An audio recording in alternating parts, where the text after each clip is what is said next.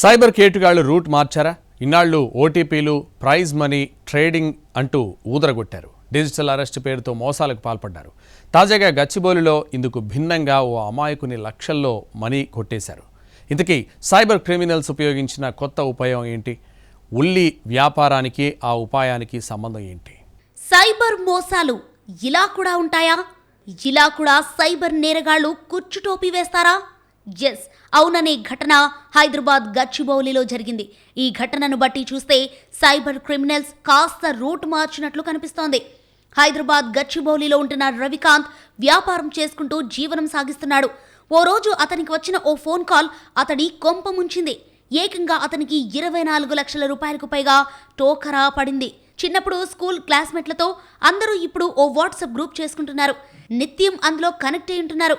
ఇది సర్వసాధారణమే. కానీ ఆ గ్రూప్ పేరు చెప్పుకొని చిన్ననాటి స్నేహితుణ్ణి అని చెప్పుకొని రాజేష్ అనే వ్యక్తి రవికాంత్కు పరిచయం అయ్యాడు. చిన్ననాటి విషయాలను గుర్తు చేస్తూ స్నేహం పెంచుకున్నాడు. మొత్తంగా రవికాంత్ స్నేహం పేరుతో నమ్మే వరకు డ్రామా రక్తి కట్టించాడు. ఆ తర్వాత అసలు రూపం బయటపెట్టాడు రాజేష్. అరుణాచల ఎంటర్ప్రైజెస్ పేరుతో ఉల్లి వ్యాపారం చేస్తున్నానని రాజేష్ చెప్పాడు. అందులో పెట్టుబడులు పెడితే నెలకు 10% లాభం వస్తుందని, ఎలాంటి రిస్క్ ఉండదని నమ్మించాడు.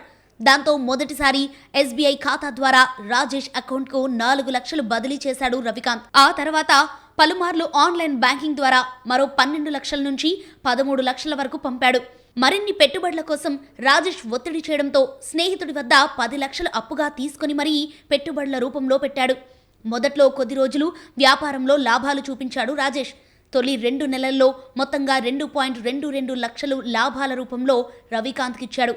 ఇంకేముంది, లాభాలు వస్తున్నాయని రవికాంత్ నమ్మేశాడు. కానీ ఆ తర్వాతే అసలు విషయం బయటపడింది. రవికాంత్ ఫోన్ కాల్స్కు రాజేష్ స్పందించలేదు.